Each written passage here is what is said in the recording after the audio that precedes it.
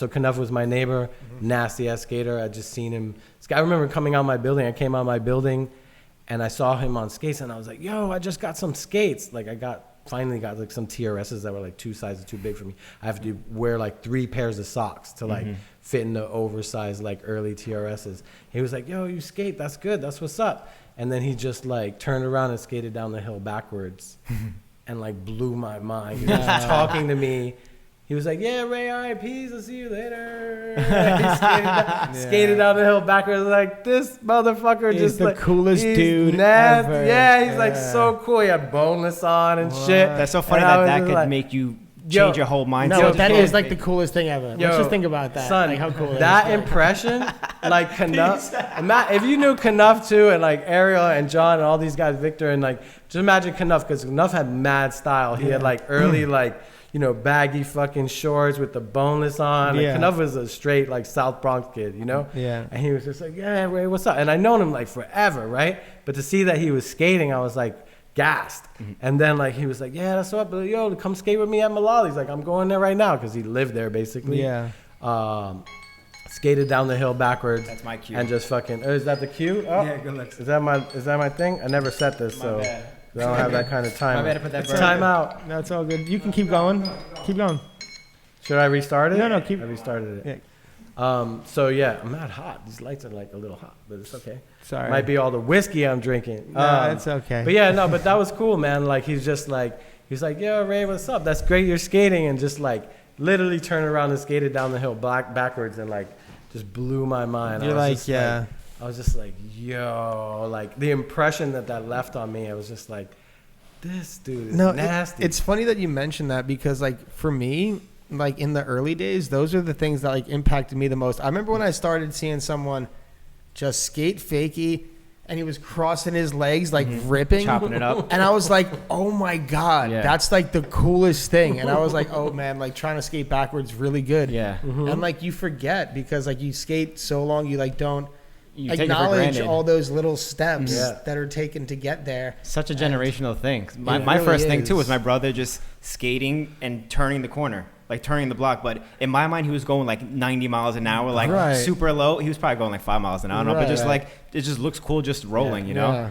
That's interesting, right? Like the first and we're visual people, so the first like aesthetic impression that you get of something and how that's like imprinted in your memory, right? Yeah, that's You know what I mean? cool. Yeah. Totally. Yeah, that's the whole story of Malali. So that was it. You were sold after that. I was done. I was like, you were like, get me the blades. yeah, no, because I had the skates me and the I was like, I boneless. was skating around, but like I was just skating like dork skating. I was like skating. I was skating. It was fun. I had mad energy, and I would play like pick up roller hockey and shit with my friends. Shout out Luis Lopez and Carmen. Shout out Louis. Yeah, and Devon and Mikey and Sea Dog Mikey. Yeah, yeah. They went on to fucking be nasty. My godson and his brother are like destroying it in hockey. Nice.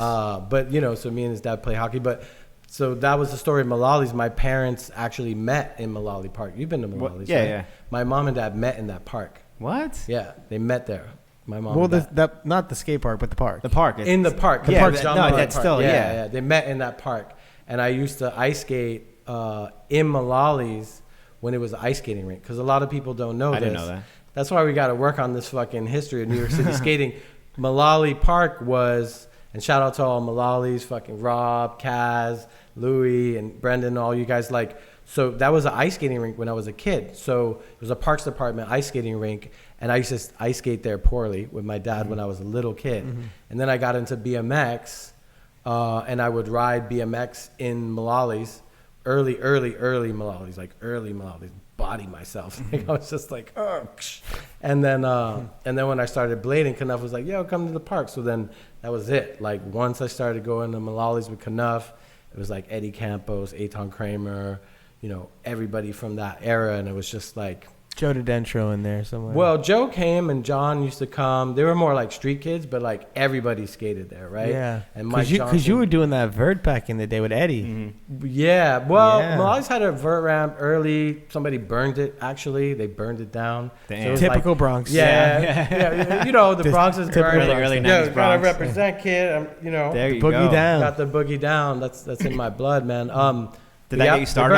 They burned half the vert ramp down, so it was just like big a quarter. Yeah, it was a big quarter, and I remember dropping in on that shit. What? On blades, like that's the burnt down half of the half pipe is the first time I dropped in on like a vert ramp. Oh shit! Wow. No way. So how did you get into skating vert? Because that's one of the hardest things for a New Yorker to do. There's no vert ramps. I don't think 108 was around. No, I don't know what we're talking about. Not at all, dude. That's entirely like, and I think that's where, to be honest, I think that's where I get my. I think it's been built into me from like my mom and stuff like that, like caring for people. But like Eddie Campos, rest in peace.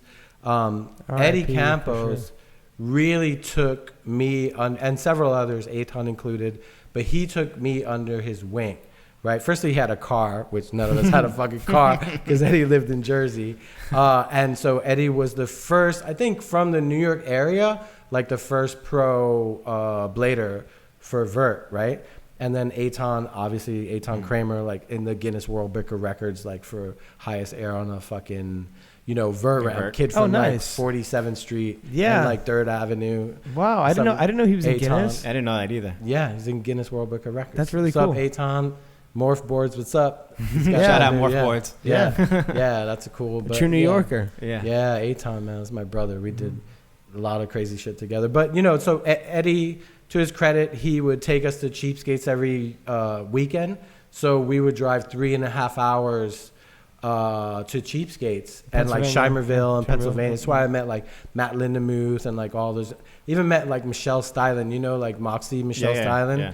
I met her when she was like 12 because she grew up next to Cheapskates, and she messaged me like a while back. She was like, "Oh, you remember when I met you like when I was 12 at Cheapskates?" And I was like, "Yeah, I remember." Estrogen. Estrogen. Yeah, shout out Estrogen. Yeah, Estrogen. Yeah, we actually have to have her on the podcast. Yeah, you really totally gotta have her on, man. She's awesome. She's awesome. Absolutely. Yeah, and doing great things for for her thing for roller skating, but just skate sports in general, right? Like absolutely. Just raising awareness. So, she's very active. She's always on events too. Big shout out Estrogen. Yeah. Hell yeah. You mentioned FR before, and you've been around since the beginning. We have a mystery that we haven't solved still. What can you tell us about Altitude Lou? Oh no.